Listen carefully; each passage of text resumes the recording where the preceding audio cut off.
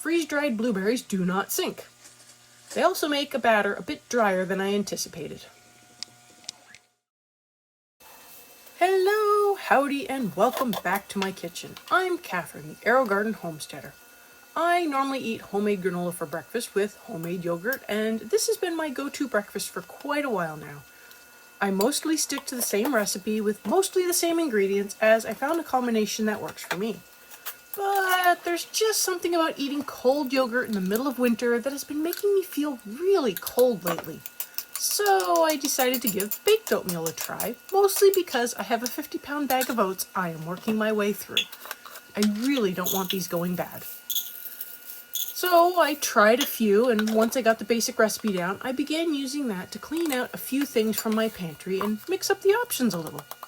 I found that baked oatmeal is very flexible, and I have reduced a few old jars from my inventory. I have made a peach pie baked oatmeal, which wasn't my favorite. It was okay. I have several jars of peach pie filling, and apparently I'm the only one who eats pies. When I eat pies. I don't know about you, but I can't eat an entire pie by myself without gaining more weight than I need or getting sick of it. So finding an alternative use for a jar or can of pie filling is a must at this point. And no, making hand pies is basically the same as making a pie. The basic recipe I have been using calls for 1.5 cups of oats, an optional half cup of nut butter of your choice, a teaspoon of baking powder, a teaspoon of salt, 2 tablespoons of sugar, an optional scoop of protein powder, 1 teaspoon of vanilla, 1 egg, and about half a cup of yogurt, plus enough milk or liquid to make it wet enough. For the peach pie additions, I included half a quart of pie filling. I chopped it up a little, then I added some cinnamon and pumpkin pie spice, and off it goes into a 350-degree oven for about 35 to 45 minutes. The time depends on how much liquid I add. Sometimes my batter is a little runnier than I meant, and that requires a little more time. Sometimes it's a little drier and it requires a little less time. This turned out really nice, but I felt like it was missing something. I didn't use the remaining jar to make another, as I couldn't tell what was missing. Maybe a sweet drizzle of icing on top? Not sure. Which meant it was merely okay.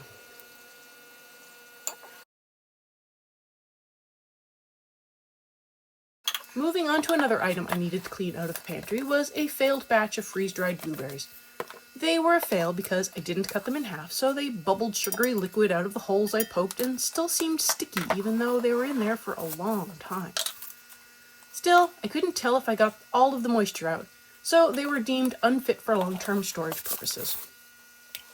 For this blueberry lemon baked oatmeal, I added in the whole quart of blueberries that, I should have partially rehydrated them at least.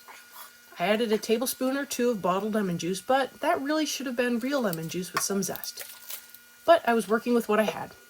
And I opted for almond butter this time. Things I noticed. Freeze-dried blueberries do not sink. They also make a batter a bit drier than I anticipated. So I should add more liquid or at least partially rehydrate them the next go around. This one turned out pretty good. I would do it again with real lemon and zest, or at the very least lemon extract. I think I might also add in a lemon glaze and drizzle that on top.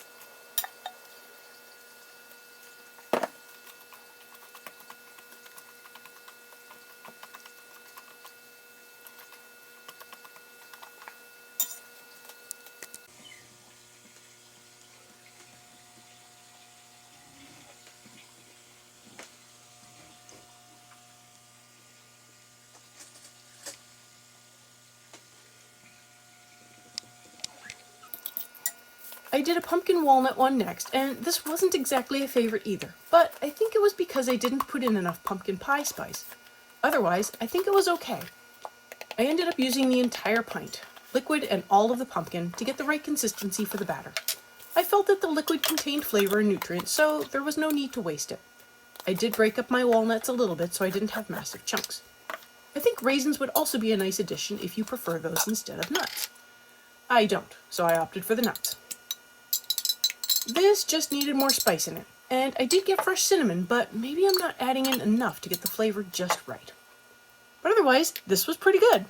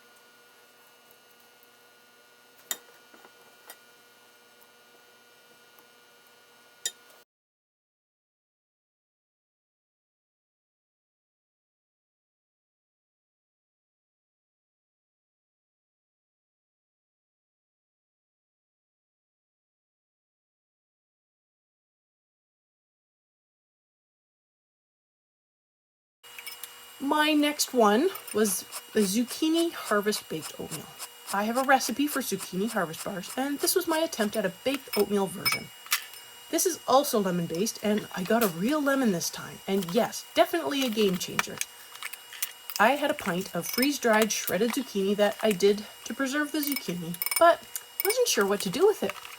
Having learned from my blueberry mistake, I added in a little water to get these at least partially hydrated while adding in my other ingredients. I forgot to add in a nut butter, but I didn't miss it, so it's probably optional.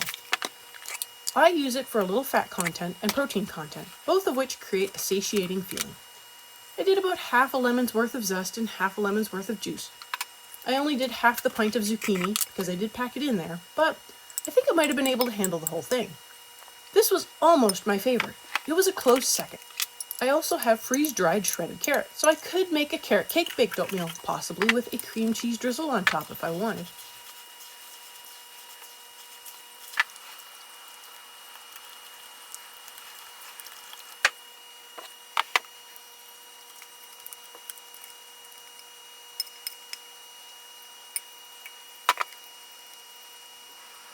I feel like these baked oatmeals are a great way to use up some things in my pantry that I might otherwise not have a great use for. In the end, my favorite turned out to be the chocolate cherry one I did a while back. I'll link it. I ended up making a second batch and adding in almond extract, and it was amazing. Not overly sweet, nice cherry flavor with chocolate to top off the flavor profile. This I would definitely make again and again. In fact, I did make it again. I don't currently have any more sweet cherry pie filling, but I have frozen sour cherries and sour cherry pie filling. I opted for the pie filling and blitzed it up a little to break up some of the cherries. Sour cherries are smaller than the sweet cherries I used, so I might have been okay to just dump and go. I also have freeze-dried cherry halves that I could also experiment with. And not to brag, but cherry season is around the corner and we can sometimes get a flat of cherries for really cheap. Plus we are hopeful our own trees will be a little more productive this year. I'm going to be putting up cherries in as many different ways as I can, and I want to take you along for that. Some I have done before, but some will be new ways so I can have cherries in more usable forms other than pie filling. In the end, this came together quickly, tasted great, and used up something that had been sitting in the pantry for a little while. I hope you found these baked oatmeals helpful and freeing. If you have questions, leave them behind. They were a really great way to clear out a few things that I had sitting around for a little too long. And I will be making a few more before switching back over to my regular chocolate granola and yogurt once summer hits. Thank you for spending some time with me today. Let me know below if you try one of these or if you experiment and come up with a winner for yourself. Let me know so I can try it too. And I will see you next time on the Aerogarden Homestead.